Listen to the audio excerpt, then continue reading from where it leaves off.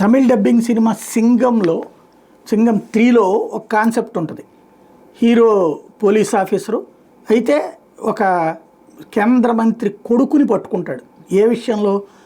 విదేశాల్లో ఆస్ట్రేలియాలో ఉన్నటువంటి డంపింగ్ యార్డులలో అక్కడ మెడి వేస్ట్ని ఇండియాకి తీసుకొస్తున్నట్టుగా పెట్టి ఇక్కడ ఇండియాలో పారబోస్తాడు. అంటే అక్కడ వాస్తవంగా మెడికల్ చెత్తని తీసుకొచ్చి ఇండియాలో పోయటం అన్నటువంటిది అందులో కీలకమైనటువంటి. ఇది నిజ జీవితంలో జరుగుతుందా అనుకుంటాం, కానీ నిజ జీవితంలో జరుగుతుందనడానికి సాక్ష్యం ఎక్కడో అనకాపల్లి దగ్గర నక్కపల్లిలో ఉన్నటువంటి క్రెబ్స్ ఫ్యాక్టరీ వాడు వాళ్ళకి సంబంధించినటువంటి వ్యర్థాలకి సంబంధించి ప్రాసెసింగ్ యూనిట్లో పెట్టాలి.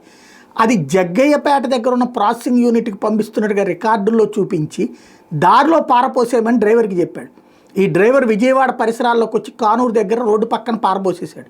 ఆ కంపు అది భరించినటువంటి స్థానికులు వెంటనే ఆ డ్రైవర్ని పట్టుకుని పోలీసులకు చెప్తే పోలీసులు ఆయన పట్టుకుని విచారిస్తే పీసీబీ వాళ్ళని కూడా పిలిపించారు. ఇది పొల్యూషన్ అని గ్రహించి అక్కడ పొల్యూషన్ వాళ్ళు విచారణ జరిపి అక్కడ చెక్ చేశారు. జగ్గయ్యపేటలో వీడికి నిజంగా జగ్గయ్యపేటకి ప్రాసెసింగ్ చేయబోతూ ఈ డ్రైవరే తప్పు చేశాడని కాదు. ఆ జగ్గయ్యపేటలో ఉన్న ప్రాసెసింగ్ యూనిట్ వాళ్ళకి అసలు ఎలాంటి ఆర్డరు పెట్టలేదు, వీళ్ళు ఆన్లైన్లో పెట్టాల్సి ఉంటుంది, పెట్టలేదు.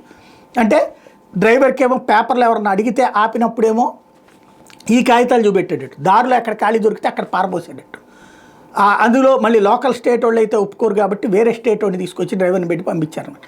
ఇప్పుడు దాని మీదన పీసీబీ పొల్యూషన్ కంట్రోల్ బోర్డు కీలక ఆదేశాలు ఇచ్చింది. ఒక ఫ్యాక్టరీ క్రెబ్స్ ఫ్యాక్టరీ మూసిపడేయమని చెప్పింది.